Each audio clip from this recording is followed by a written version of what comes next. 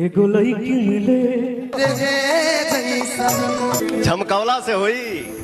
जी हाँ, सही सुने, पावर स्टार बनने में जन्मों जन्म लग जाएगा। जी हाँ, पावर स्टार पवन सिंह का गाना को गाने के लिए काफ़ी लोगों ने प्रयास किया पर कोई उपाय नहीं चल पाया। जी हाँ, पावर स्टार पवन सिंह का भी गाना जाके देखिएगा तो इनको व्यू के बारे में बात करें दोस्तों तो बहुत ही अच्छा व्यू गया ये आपकी यूट्यूब चैनल पे। जी हाँ, और एक बार ज़रूर इस गाना को सुनिए, भगवान करस तोहरा लइका के।